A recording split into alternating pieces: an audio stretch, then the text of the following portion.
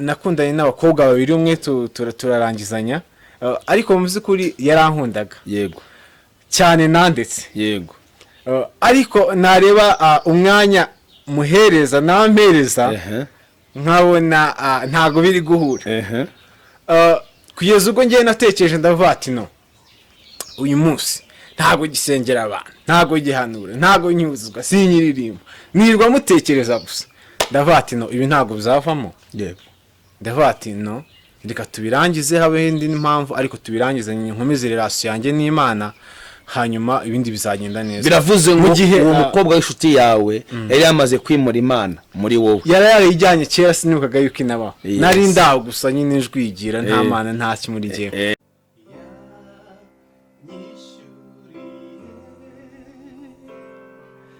Ya myenda yose ya mbabariye ibyaha atumanerade. Shuti zikamba Karuvali TV, nongeye kubasuhuza mu izina rya Yesu Kristo w'i Nazareti. Amahoro y'umwami wacu Yesu Kristo nabane natwe, kandi neza y'umwami wanjye Yesu nigomye be ku buzima bwawe. Ndagukunda, ngwifurije umugisha w'Imana iteka ryose yose. Ndagusengera kandi nginginga ishobora byose ngo igukomeze mu bihe nk'ibi, kubera ko ibihe tugezemo ni ibihe byo kumenya neza yaduhamagaye yariyo, gusobanukirwa uwo dukorera uwo ari we. Niyo mpamvu ngushishikariza gukomera ku Mana yawe. Imana iguhe umugisha. Na wundi ni Pastor Steven ugarutse imbere yawe. Kashimira wakoze subscribe, kashimire mwebwe muri bya no hino, abo muri diaspora, ababurayi, Canada, Amerika, Rwanda, Congo, Burundi, Tanzania, Sudan n'abandi mwese mudukurikirana. Imana ibahe umugisha mu izina rya Yesu Kristo w'i Nazareti. Ndatangira rero dusenga mbere ko mutumirwa turi kumwe mujene muri iki gihe. Ndashaka kugira ngo tumenye neza n'iki gikomeza umujene. Iyo umukobwa akunda umusore akumva mubwira ngo nta cyandukanya nawe, n'ikiye kimutera imbaraga so gutinyuka kuvuga ngo sheri ntandukanya nawe. Ubikurikire uraza kuryoherwa. Mwami Imana yacu, ndahamagara imbaraga z'Imana ukabura ngo azabane natwe w'iki kiganiro tugiye gukorana n'umukozi wawe. Reka mukabura dusukweho udukurikirana natwe ubwacu tubashe kumukira muri iki kiganiro. Urakoze kuri dufasha muri byose mu izina rya Yesu, amen. Habandi nyine rero ndi kumwe na Patrick. Amen. Amen. Patrick, tugwaye karibu kuri izi mikoro zikamba Karuvali TV. Yego murakoze, amahoro y'Imana akomeze abane namwe, turishimye kandi turanezerewe kubana namwe. Ni inshuro yacu ya mbere tubanye namwe, kandi twabyifuje kera kose, ariko Satani ntiyadukundira bitewe n'impamvu runaka. Uyu munsi rero ni umunsi mwiza, ni umunsi w'umugisha Imana yaturemeye kugira ngo tuze tubaganirize icyo Mwuka ari kuvuga uyu munsi. Amen. Patrick, Imana iguhe umugisha. Uzi ari bwo mbonye ko utoboye ku matwi. Yego ndatoye. Okay, nago turi bubijyemo ariko turaza kubigarukaho gato. Okay. Patrick, impamvu nagutumiye kuri izi mikoro, nagira ngo turebe n'ikihe gicura gutuma umuntu atandukana n'Imana. Nese n'urukundo nyabaci murashobora gutandukana n'Imana, ugasanga umuntu yari umukristo ariko nyuma igihe kirageze ngo ahuye n'ibigeragezo ngo bimutandukanyije n'iki n'Imana. Kandi ugasanga umukobwa yabwiye ko mukunda aracyamukunda, bari kwika turokoma iyo inyanza iyo bawuriye kwishubwa ati I love you, ndagukunda, hari mu kabaruwa. Uyu munsi baracyari kumwe, ariko yagera mu gakiza hashira igihe gito cyane agatandukana n'urukundo rw'Imana. Nice kibazo gihari, ariko mbere ko tujya muri sobanuro, reka twifashishije ijambo ry'Imana. Okay. Murakoze. Turasoma he kugira ngo tuzumve neza, twumeze kwibaza. Turasoma mu Baroma 8 ese no turahera kuri 35. Yego. Bibiliya iravuga ngo ninde wadutandukanya n'urukundo rwa Kristo? Yego. Cyangwa se n'urukundo rw'Imana? Mbese ni amakuba, cyangwa ni ibyago, cyangwa ni ukurenganywa, cyangwa ni inzara, cyangwa ni ukwambara ubusa, cyangwa ni ukuba mu kaga cyangwa n'inkota. Yego. Sinzi niba natangira. Mu by'ukuri warugeje kuri kangahe? 3:6. 3:5. Oya, komeza hepfo. Hari kimwe icyo abantu byabafasha. Okay. 3:36. Yego. Nkuko byanditswe ngo turicwa umunsi ukira. Yego. Bakuduhora. Yego. Twahwanijwe n'intama z'imbaga. Zimbago. Yego. Oya. 7. Oya. Ahubwo muri ibyo byose turushishwaho kunesha n'uwadukunze. Turushishwaho kunesha n'uwadukunze. Biravuze iki hano rero? Ubu se n'abakobwa bangaye wakunze mutakiri kumwe? Ni benshi. Ariko Yesu muracyari kumwe. Ni ikihe cyagushoboje kuba ushobora gukunda umukobwa mugatandukana? Ariko ni ikihe cyagushoboje nanone kuba ukiri kumwe na Kristo igihe wacirijwe? Ese muri urugendo wabaye mukizwa aho n'ibigaragazo byinshi cyane. Inshuti mu mari kumwe mbere buraziretse, ni ikihe kintu cyagukomeje kuba ugifite urukundo rw'Imana? Kubera ko byatubwiye ngo oya, ahubwo muri byose turishishwaho gukomezwa n'uwadukunze. Bivuze ngo Yesu n'uwadukunze cyane kuruta uko twe twamukunze. Niko ijambo ritubwira. Yohana niko yanditse. Okay. Niki wabyurubyiruko nkawe mu myaka ufite? Uyu munsi ntabwo ufite imyaka myinshi. Kandi uri umusore. Yego. Kandi uri umusore uhamya Kristo. Ese uyu musore muri Amerika wateye ibyuma nkawe, uyu musore nawe watoye nkuko watoboye, ese tatuwaje nkuko wayisizeho, uyu musore wakijijwe ariko nyuma yo gukizwa akazi kagahagarara, uyu musore wakijijwe nyuma yo gukizwa isengero zigahagarara, niki wamubwira nk'umusore mugenzi we cyamufasha muri iki gihe cya none n'igihe kizaza? Karibu. Mbere na mbere murakoze. Dusa nkaho tugendeye muri iki cyanditswe. Ubundi mbere na mbere ijambo ryose riherekejwe n'akabazo. Ni ikibazo nyine ugomba kwibaza. Yego. Ndetse ukanagisubiza. Yes. Nuvango nkuko turi kubibazo cyangwa se nkuko warumbajije nsubiye ku byo waruvuze. Nuvango ushobora gukundana n'umuntu ariko ntugire ibyo wumvikana nawe. Yego. Bitewe wenda n'imico yanyu cyangwa se aho uturuka, bitewe n'icyo mushaka utari kubona. Ariko igituma dukomeza gukunda Imana kubera yuko yadukunze nuko dusubiza amaso ku musaraba, tukwibuka icyo Kristo yadukoreye. Buriya mama ashobora kunkunda, papa ashobora kunkunda, ndetse ashobora no gukunda umugore wanjye, ariko kugira ku rwego rw'uko nshobora kujya ku musaraba ngo mwitangire n'ikintu kindi. Yego. Nuvango ushobora gukora ibintu byose. Amen. Shira wanjye ashaka kumukora ibintu byose. Ndetse nawe ashaka kunkora ibintu byose, ariko nihazamo gahunda ivuga ngo umwe asiga ubuzima undi atambuke, biraba ari ikibazo. Aho ngaho niho bimbonera yuko atankunda cyangwa se wenda yikunda wubwe. Yego. Sibyo? Ariko Kristo we kuba yarankunze ndetse agahinduka Imana igahinduka umuntu, ikamanuka hano mu isi kambara umubiri kugira ngo ibashe kunshungura. Ni urukundo rwayo. Nicyo gituma asubiza amaso yanjye inyuma nkareba nkibuka ku musaraba ibyo Kristo yakoze. Aricyo gituma aribyo binshoboza kugira ngo uyu munsi mbe ndimo. Sinitaye ku byo ndi gucamo uyu munsi, sinitaye ku makuba ndi gucamo, sinitaye aho mpagaze uyu munsi, sinitaye ku bitero Satani ari kuntera, sinitaye mbega ku ntambara ndi gucamo uyu munsi. Icyo nitayeho ni urukundo rw'Imana. Urukundo rw'Imana rwampuje n'Imana nari ndi umunyamahanga. Hallelujah. Nari ndi umunyamahanga. Nuvuga ngo nta masezerano nari mfite ku Mana. Yes. Mbega sinitwaga umwana w'Imana, ariko kubwo Kristo yankunze. Amen. Byatumye nitwa umwana w'Imana. Ndetse biravuga ngo uyu munsi ngo Kristo akimara kuzuka ngo twazukanye nawe mu buryo bwo mu mwuka, ngo ndetse twicara imbere y'Imana hejuru mu kirere. Hejuru mu kirere twicarana n'Imana mu buryo bwo mu mwuka. Nuvuga ngo urwo ni urukundo rw'Imana. Aribyo bimpereza imbaraga zo gukomeza gukunda Imana ndetse no gukomeza kwiringira Imana. Ntari mbega amaso yanjye atari ku bibazo, ahubwo amaso yanjye ari ku Mana. Okay. Tushaka kuvuga iki rero? Dushatse kuvuga ko nta kintu na kimwe cyari kikwiriye. Yego? Kudutandukana n'urukundo rw'Imana. Kuko biratubwiye ngo mbese ibigeragezo, ngo ibibazo se, ngo intambara se, ngo amakuba se.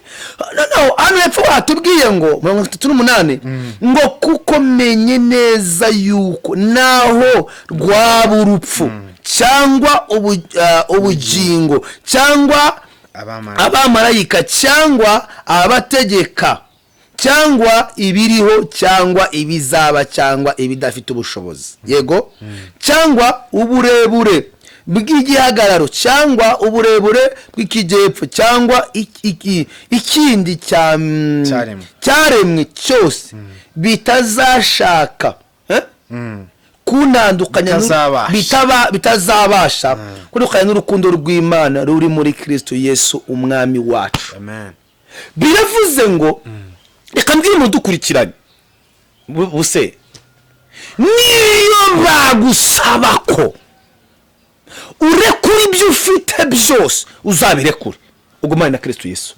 Uyu mugabo turi kuvugaho ntabwo duhuye n'abantu benshi njye nasenze cyane Imana imbwira ibi n'ibi nabyirampa njye kuyisezera ese Mana ugira indimi zingahe ubundi uvuga gute urimo nari ukumva ameze nk'ari gushinja Imana icyaha ariko iki wakivuga iki nuvuga ngo niba Imana yaravuze nyine ugomba gutegereza nuvuga ngo ntago ari ugomba guca inzira Imana nyine ni igomba guca inzira we komeza wihangane senga hanyuma wihangane kandi utegereze nuvuga ngo niwiha kuvuga ngo uzabivamo abandi bazaza babikora ntago ari we wa mbere sinaye wa nyuma hari ibihumbi byinshi bitarapfukamira Bayali sibyo wabivamo utabivamo ni igihombo cyawe subiza amaso inyuma utekereze cyane ku rukundo rw'Imana erega Imana ni urukundo none se wava ku Mana ukajya he noneho reba nk'ukuntu Imana ibaremeye ko tuvuka nta kiguzi dutanze umuntu agakura umuntu akiga umuntu akaba afite amaso ari kureba afite amatwi ugasanga wuvukanye amenyo ugasanga wuvukanye amaboko ugasanga wuvukanye isura mu gihe abandi bantu tubabona bagenda bakuruza akabuno hasi warangiza ukavuga ngo nta Imana yakoze ngo Imana oya niki cyatandukanye n'urukundo rw'Imana ni covid kweli ubu koko Imana tuyireke ngo nuko turi muri covid ntibikabeho amen urubyiruko abene data dukurikiranye niki twababwira Patrick kugira ngo bakomere bakomejwe no kwibuka urukundo rw'Imana icyo sakoze ku musaraba nje ndibuka ko nari rasta yego mfite direde ku mutwe nge nari umuntu wakundaga kwambara istire ijyanye n'uwo munsi buriya hari abantu bazi kujyanisha buri munsi ku wa mbere afite imyenda yo ku wa mbere imyenda yo ku wa kabiri hari abandi bantu bafite ukuntu bakunda amabara wenda ugasanga umuntu akunda umuhondo ugasanga umuntu akunda ibintu nk'ibyo sibyo iyo tukiri abasore twumva dushatse kwambara uko kuntu rimwe na rimwe twuzuye umwuka w'ubwibone cyangwa se n'ubwibone wenda ukumva nyine uko ushaka kubaho ariko iyo tugeze muri Kristo Yesu akora ikintu bita kuduhindura ego uvuga ngo abo turi mu isi siba tuba turi mu nzu y'Imana siba tuba duhuye na Kristo Yesu Patrick uko wari uri uyu munsi niko ukiri wahinduwe n'ikiri nitandukanira cyane ni rwa rukundo rw'Imana twahoze tuvuga nuvuga ngo iyo umuntu ari mu bujiji atekereza nyine byakijije cyangwa se atekereza bijyanye n'ubwenge bwe n'ubwonko bwiwe na papa wabivuzeho wongera umwana nakurage nk'iby'umwana ariko maze gukura se iyo umuntu amaze gukura ntaba agicumuzwa na kawunga ntaba agicumuzwa n'umuceri n'ifiriti n'imyambarire ntaba agicumuzwa nuko ngo urabona ari utuntu ducumuza abantu ngo ngewe ntabwo nabibonye Imana ariko agatakaza icy'agaciro Yesu yakoze ku musaraba sukuma tekereza amaraso ya Kristo yamennye ku musaraba aruta cyane ibyo uri kugenderamo uyu munsi cyangwa se aruta cyane ibyo ushaka uyu munsi nk'urubyiruko icyo nababwira ni kimwe nuvuga ngo aho uri uyu munsi Imana igushaka ibyo uri kunyuramo natwe twabinyuzemo ndetse twe twabinyuzemo noneho hari amatangazo ku muhanda avuga ngo Patrick ari guhigwa cyangwa se Patrick ari gushakishwa nuvuga ngo twari turi ku rwego rurenze cyane urwuriho uyu munsi twashuruje ibiyobyabwenge twapfumuye amaherena twanyweye amaheroyine n'iki ariko uyu munsi urukundo rw'Imana rwaradufashe rudukura muri ya nzira y'ubuyobe cyangwa se adukura muri ya nzira y'umwijima twari turimo twagenderagamo ibasha kuba yadufata twegereza Imana aricyo gituma uyu munsi ushaka umuntu kavuga ngo nyine ngo meze ukuntu ariko muzi kuri aho ndi kugenda hasi aho ndi kwerekeza ndahazi nawe rero uyu ni umwanya wawe kugira ngo uhindure attitude yawe, uhindure imigendere yawe, imivugire yawe, kugira ngo nawe utekereze urukundo rw'Imana rubashe kuba rwagukura aho ngaho.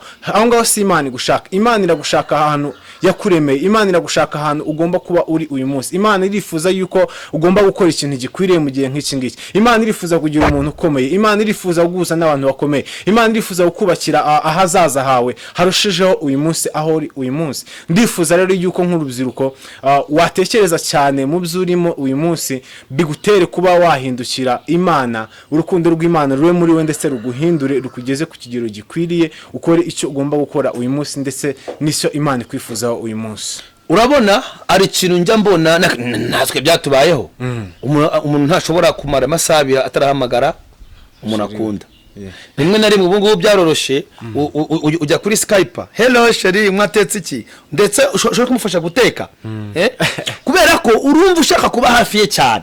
Urumva ari muri Amerika cyangwa se ari mu Bwongereza, uri Kigali, ariko niyo wabuze internet yo kugira ngo ujye kuri Skype, ujye kuri Zoom, ujye kuri WhatsApp, urahangayika cyane bikomeye. Ushobora no kwemera ukakora idegi ikomeye cyane, ariko ukanezeza iki umukunzi. Ariko n'ikihe kintu kikubuza kunezeza umuntu uzaguha ubugingo buhoraho? N'ikihe kintu kikubuza kunezeza umuntu ufite urwandiko yakwandikiye rwanda ejo hazaza? Kuki ushobora kunezeza umukobwa ukaba utanasinziye, ariko wagera ku Mana ukumva wagize intege nkeya? Ubona ari ikihe kintu kibitera?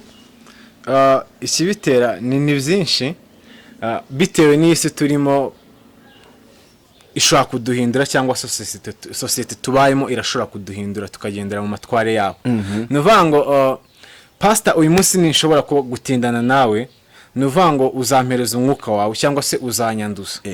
Nuvuga ngo igituma dusa nkaho dutinda cyane kuba wenda dushaka gukunda uyu munsi ntidukunde ku Mana, nuko nyine niwe twegeranye, nyine niwe twumva yuko twahangayikira buri munsi. Ariko wibuke neza biravuga ngo nkunda bankunda kandi abanshakana umwete bazambona. Nuvuga ngo mu gihe cyose utashatse Imana, mu gihe cyose utagize umutima wo gushaka Imana, mu gihe cyose utagize ibyiyumviro byo kumva yuko ugomba gushaka Imana, ntabwo uzigera uyibona, ndetse nta nubwo uzigera unayikunda. Abenshi tuvuga yuko dukunda Imana, ariko mu by'ukuri kubera kutitondera amategeko yayo nicyo gituma uyu munsi ducumura. Ntabwo tuyishakisha tubwire ko tugomba kubaho, mbega idushoboze kugendera mu nzira ikwiriye uyu munsi. Ushatse kuvuga ko igituma uyu musore n'umukobwa bategera Imana n'umwanya bahereza abandi bantu mu buzima bwabo? Yes, bo ubwabo. Ni ukuvuga ngo umwanya w'Imana muri bo ni muke, nta nuhari.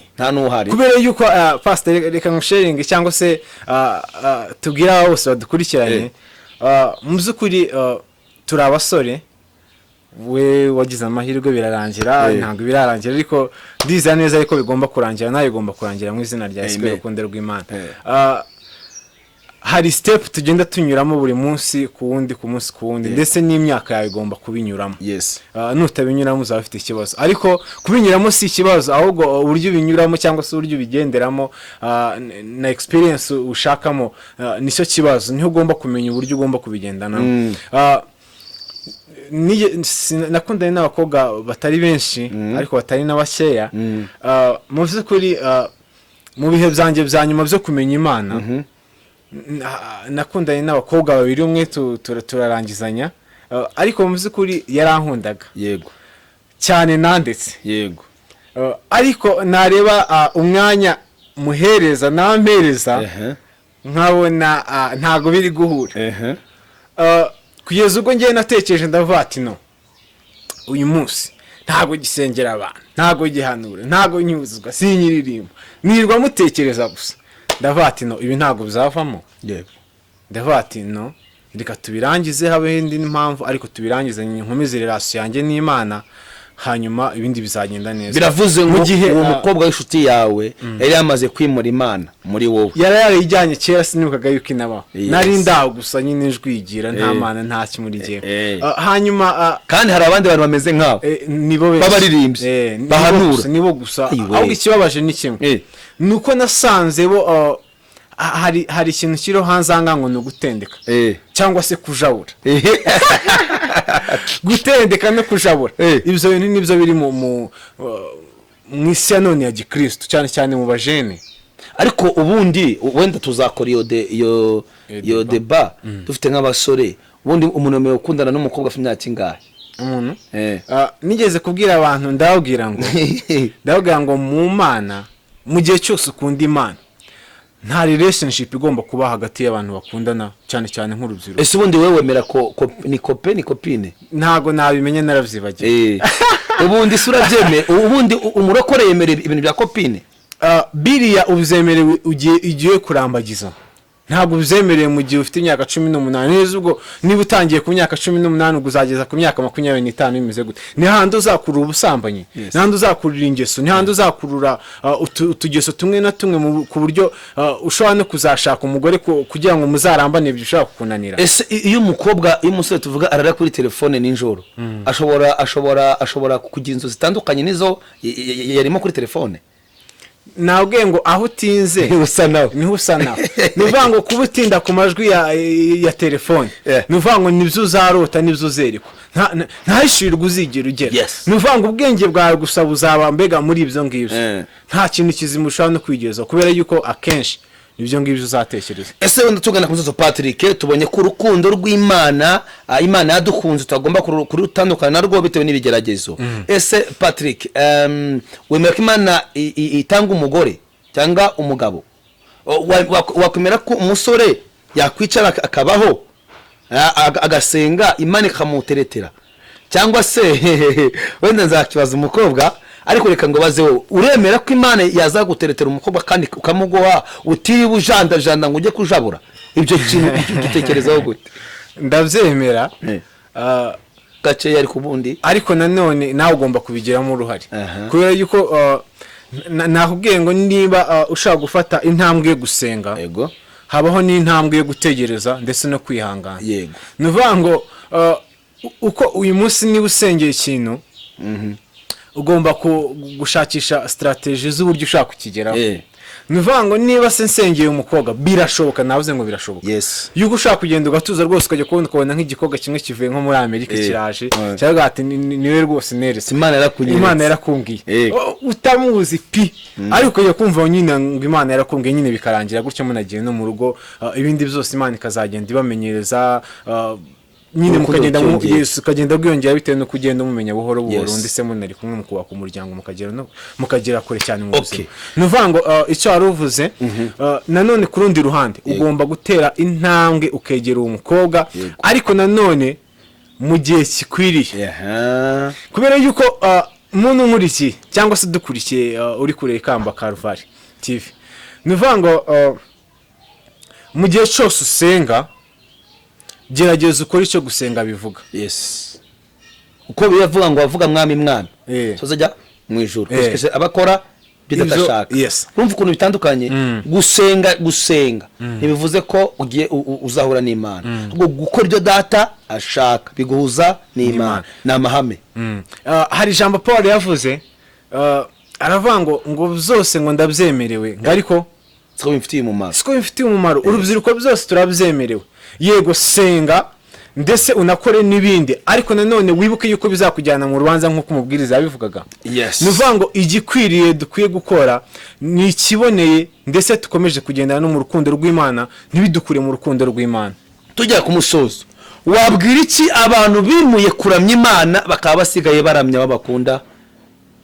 Iki koko mbwira ko nkizi ngewe nzi abantu batakiramya Imana, bararirimbaga bakerekwa bagahanura, ariko kubera ukuntu social media yaje yahinduye kuramya Imana, asigaramya umukobwa, asigaramya umuhungu. Umuntu akabashobora urabona kera ariko nicara agahimba kajya muri Zaburi, ubuteka n'umugore gesinzake na burabura agata abimba bindirimbo. None ubu kubera ukuntu asigaye amarigiye kuri WhatsApp na Twitter na Instagram na Facebook, asigaye aramya umukobwa mu mwanya wo kuramya iki Imana.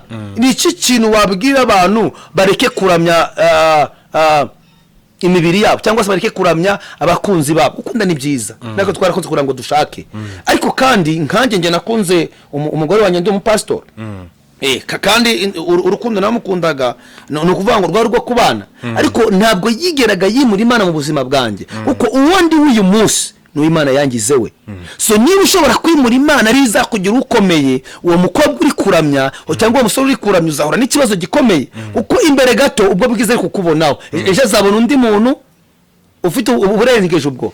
So icyo nabuvuga nuko iyo uramye Imana ukaramya Imana byimbitse ikuvuga nawe utavuga. So n'icyo wabwira abantu b'abasore bagenzi bawe wenda tuzatumira n'umukobwa bari kuramya abakobwa. Ejo nahoze mbwira mugenzi wanjye bazina naramubwiye ngo uyu munsi niba hari icyo Imana yakuvuzeho ugomba kugiharanira. Ndetse byanahuye n'igihe nibaje ibibazo bitatu mbere y'uko umwaka utangira, ndibaza ese uyu munsi ndinde? Yego, uyu munsi ndinde? Ese ndihe uyu munsi nihe nifuza kugera? Ese hariya nzahagera gute? yego. Nuvuga ngo udashizeho amahame cyangwa se principe z'uburyo ushaka kugera hariya ushaka gutakara. Nuvuga ngo kimwe cyo cyariho ni kimwe, nuko nafashe umuntu wari ingenzi mu buzima bwanjye, nanjye sa nkaho namuramyaga. Imana imbabarira ariko njya gutangira uyu mwaka nyine bisa nkaho byarangiye. Nuvuga ngo nishaga nkahimba imigani myiza iteye ubwoba yo kumubwira, nkibagirwa kujya muri Bibiliya cyangwa se nkibagirwa no gukora ibyo nari gukora. Ariko mu gihe cyose navuze ati no, yes ni mwiza, ndetse dushobora kuba twari dufitanye na gahunda iri imbere, reka muri bere agenda akora ubushake bw'iwe hanyuma nanjye nkore icyo Imana iri kumbwira uyu mwanya. Nahisemo kugendana n'abari mu muhamagaro wanjye, cyangwa se mpitamo kugendana n'abantu bari mu nzozi zanjye, ba bandi bashobora kunyubakira kugera ku nzozi zanjye mu buryo bworoshye. Nuvuga ngo nukomeza kuramya umusore cyangwa se umukobwa bizagukereza kugera ku cyo ugomba kugeraho uyu munsi. Ndetse ni n'icyaha, ni icyaha, ndetse Imana ishobora no kuguhanira. Ishaka guhanikishije mu muntu cyangwa se ukabona n'ingaruka bitewe nuko niba uyu munsi ushaka gufata umwanya wawe umutima wawe ukawushiramo undi muntu, birashoboka yuko igihe runaka ashobora guhemukira bitewe n'ibyo wamutakajeho, ukaba wahura n'ikibazo cya trauma cyangwa se ukaba wahura n'ikibazo mu buzima bwawe udashobora kwikuramo. Icyo navuga cyo ni kimwe rero, kuri kidakwiriye mu mutima wawe cyangwa se mu nzira yawe. Ndetse yes biragoye, reka nkubwize ukuri, biragoye ndetse cyane, ariko ni byiza kandi birabohora kuko bigufasha kugera ku cyo utekereza kugeraho mu gihe kizaza. Kunda Imana rero, ntiwanga abantu, ariko nanone urukundo ukunda abantu n'uruhe rukundo, cyane cyane ndikubwira urubyiruko, urukundo ukunda mugenzi wawe n'uruhe rukundo. Ni urukundo rwo guhura mu mukenjoyinga mugasomana mukaryamana. Iki niki hari ikintu kigezweho uyu munsi papa nikubwire. Nuvuga ngo ndi kuri amakopinage y'uyu munsi, cyane cyane mu bakristo niho ndi kuvuga ko niho nzi cyane.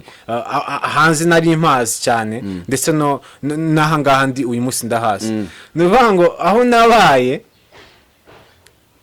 ibyo naje mpunga nabisanzemo. Biravuze ngo hari abantu bimutse ntibasiga ibyo bakoraga hanze, ntibahunze barimutse. Mashababa, ntabwo bimutse barahunze. Cyaba ikibazo rero ubaye utarimuka. Iyo umuntu ahunze aho arangana byose. Iyo umuntu yimutse afata ibishaje akabisiga akimukana ibisha. Mwene dato twumva turagusaba kwimuka, ugira ibintu usiga by'isi ujye mu nzu y'Imana. Uretse no mu nzu y'Imana muri wowe ugira ibintu wimuramo. Ugira ibintu wimura. Nicyo kibazo wahuye nacyo mu nzu y'Imana. Nicyo kibazo nahuye nacyo cyane cyane mu rubyiruko. Urumva wakora iki ibyo bicike? Biragoye ariko nanone birashoboka. Icyambere twahawe kuvuga ijambo ry'ukuri authentique. Ntago twahawe kuvuga ibintu dusa nkaho tubembereza abandi nkuko njya mbibona hanze anga. Nuvuga ngo nk'urubyiruko birakwiriye yuko tureka ingeso z'ubusambanyi. Ngo mbega utazi gusambana cyangwa se utazi gukora ibintu nk'ibyo ngibyo ngo ni Babiloni. Niko bagiye bavuga. Ariko Babiloni nababikora kubera yuko i Babuloni nibyo byabagayo. Nibyo ngibyo byabagayo. Twebwe rero ko twarimutse Babiloni twagenda mu misozi Kanani. Ngo bivuze yuko twebwe turi mu mahoro, turi mu buzima busa nkaho butari ubwica. kandi mu by'ukuri twaje tuje, ntabwo twaje mu by'ukuri hari icyo twasize nyuma, twaje tuje. aricyo gituma uyu munsi mbabwira ngo nawe niba urimo hano ukora ibyo ngibyo, gerageza ubireke uhindukire umuremyi wawe. Hindukira, Imana iracyagukunda, hindukira, Imana iracyashoboye byose, hindukira, Imana irashobora kukweza uyu munsi ukabaho ubuzima bwo kwezwa, ndetse n'ababaswe n'ingeso mbi cyane cyane nk'iz'ubusambanyi mugerageze muhunge. Buriya ntago ushobora gutsinda ikintu cyane cyane icyaha cy'ubusambanyi udahunze. Nuvuga ngo uyu munsi niba Patrick mfite akageso wenda ko gukunda abakobwa, kwegerana n'abakobwa, nkashiduka nakoze ibyo ngibyo, icyo nkwiriye gukora ni kimwe, ntabwo nkwiriye kujya ku mavi ngo nsenge, nkwiriye kwirukanka. Nimura n'umukobwa ndibwirukanka kubera ko ndazi yuko ari intege zanjye nkeya. Yego, nimuhunge, kandi nyuma yo guhunga musenge. Imana ibafashe. Twari ku kiganiro kivuga ngo ese n'icye tandukanye n'urukundo rw'Imana, dusanze ntacyo, ahubwo igikwiriye ari ukurushimangira no kurukomeraho. Reka mbwira abantu mudukurikiranye ngo ni igihe cyawe cyo kureba icyo uzaba cyo no kugiharanira. Ese kopinage iremewe kuri wowe? Dusanzwe twebwe itemewe. Ese kwiriguramye umukobwa kuri wowe biremewe? Dusanzwe twebwe bitemewe, kuko bizimura Imana, bizimura ubumana, kandi turifuza kubana na Kristo Yesu mu buzima bwacu. Ariko dusanze Imana ishobora kukuyobora ku muntu muzabana kandi mukabana amahoro. Turabashimiye rero ku iki kiganiro, bagakora Imana mu buryo bukwiriye, tutishushanya.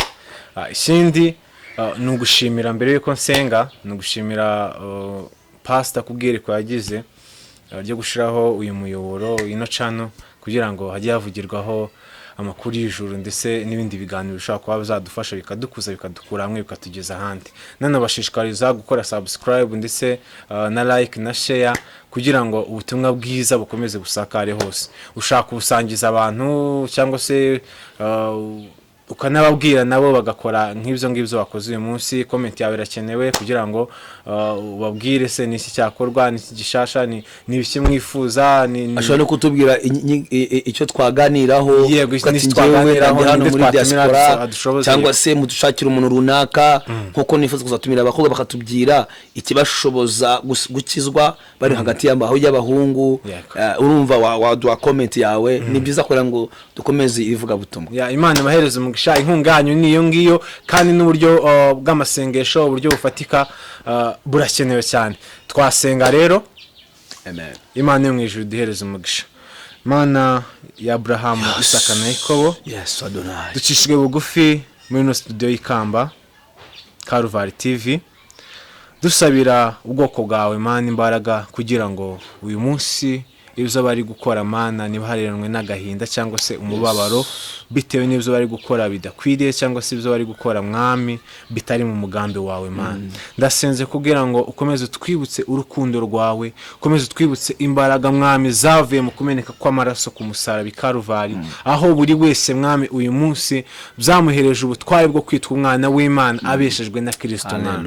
Twarabo kugirirwa nabi, umujinya w'Imana wari ku buzima bwacu, ariko ubwo Yesu Kristo yatangaga ku musaraba, ibyo byagaragazaga urukundo rw'Imana. Biratubwira ngo kuko Imana yakunze abari mu isi cyane, kuko Imana yakunze abari mu isi cyane, nta kindi yakoze, yatanze umwana wayo w'ikinege. Tekereza nawe kugira ngo Yesu Kristo atambwe ku bwawe, tekereza kugira ngo Yesu Kristo nk'Imana ahinduke umuntu, acishwe bugufi, asiga icyubahiro yari afite mu ijuru, ndetse ni amapiti yose yari afite mu ijuru ayasige, kugira ngo uyu munsi njyewe nawe duhinduke abana b'Imana. Uyu munsi njyewe nawe duhinduke abaraganwa na Kristo. Uyu munsi duhabwe ubugingo buhoraho, urwo rwari urukundo rw'Imana, ari rwo nkwibutsa uyu munsi, kugira ngo ntihagire ikintu kidutandukanya n'urukundo rw'Imana. Rero reka imbaraga z'Imana ze mu buzima bwacu, kandi ibyo turi kugenderamo uyu mwanya bibe byiza kuruta ibyo twagenderagamo bidakwiriye. Nsabiye umugisha abayobozi bacu b'Ikamba Calvary TV, ndetse n'abadukurikiye bose, abazafungura ino nyigisho cyangwa se iki kiganiro. Imana ibahereze umugisha, kandi Imana izabahe kubasobanurira muzunguke byinshi, kandi Imana yo mu ijuru izabagenderera, umwuka wera azababeho kugira ngo abigishe icyo gukora uyu munsi, mu izina rya Yesu Kristo tubisenze twizeye. Amen. Amen. Say shalom. Turabakunda. Amen.